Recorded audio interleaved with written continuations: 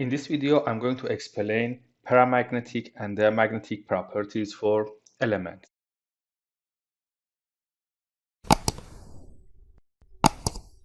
If element has unpaired electrons, then it has paramagnetic property. That means the atom for this element weakly attracted by external magnetic field. But if we don't have any unpaired electron and we have only paired electron in the atomic structure, then the atom has diamagnetic property. And this means the atoms weakly repelling by magnetic field. Let's have some example. The first example is beryllium. Regarding to alpha principle, we know the first orbital that occupying electrons is 1s, and it can hold maximum 2 electrons. After that, the second orbital is 2s, and it can also occupy 2 electrons.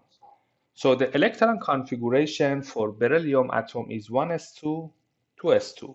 If we write orbital diagram for this electron configuration, we know s orbital, it has only one orbital, and we have 2 electrons, so one electron should be a spin up, another one should be a spin down. Same for 2s2. We have one electron spin up, one electron spin down. So in this electron configuration, we see only paired electron. So paired electron, it means beryllium atom is diamagnetic. For second example, I would like to find magnetic property for boron. The first orbital or first energy level is 1s2 again. The second one is 2s2.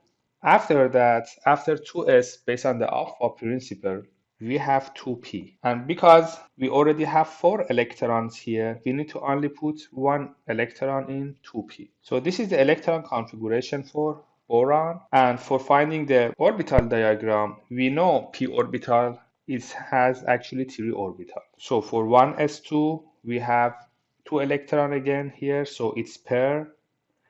Same for 2s2. But for 2p1, there is only 1 electron and we have 3 orbitals. So we should put electron in one of those orbitals. It really doesn't matter which one. So as you can see here, this electron configuration has unpaired electron. So unpaired electron means this atom is paramagnetic. Let's have more examples. Iron has 26 electrons and we would like to write the electron configuration. For finding paramagnetic or diamagnetic, we don't need to write the whole electron configuration. We can use the shorthanded one or condensed electron configuration. The noble gas we use for condensed electron configuration of iron is argon. And after that, we have 4s2, then 3d6. If we don't know how you have to write the electron configuration in condensed form, I already explained it in the previous video, so you can find the links in the description of this video too. Noble gases, they have completely paired electrons, so we don't need to worry about this part. But we need to find the orbital diagram for 4s2 and 3d6. 4s2, s always has one orbital and it's already occupied by 2 electrons. But d orbital contains 5 different orbitals. And here we have 6 electrons. So we start to put single electron in each orbital regarding to the Hans rule, and then we start to make them pair if there are more electrons. As you can see here, iron has 4 unpaired electrons. An unpaired electron, it means iron is paramagnetic and attracted by magnetic field. For next example, I would like to find electron configuration for zinc and then find out if it's paramagnetic or diamagnetic. For zinc, again, we should use argon. After that, 4s2, and we already have 20 electron here. We need 10 more, so it will be 3d10.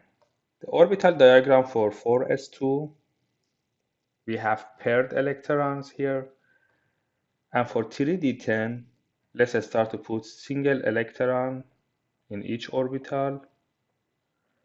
Then we need to make it pair to have 10 electrons. And as you can see here, All electrons, they are paired, and zinc is diamagnetic. Thank you for watching this video. For watching more video, please subscribe to our YouTube channel.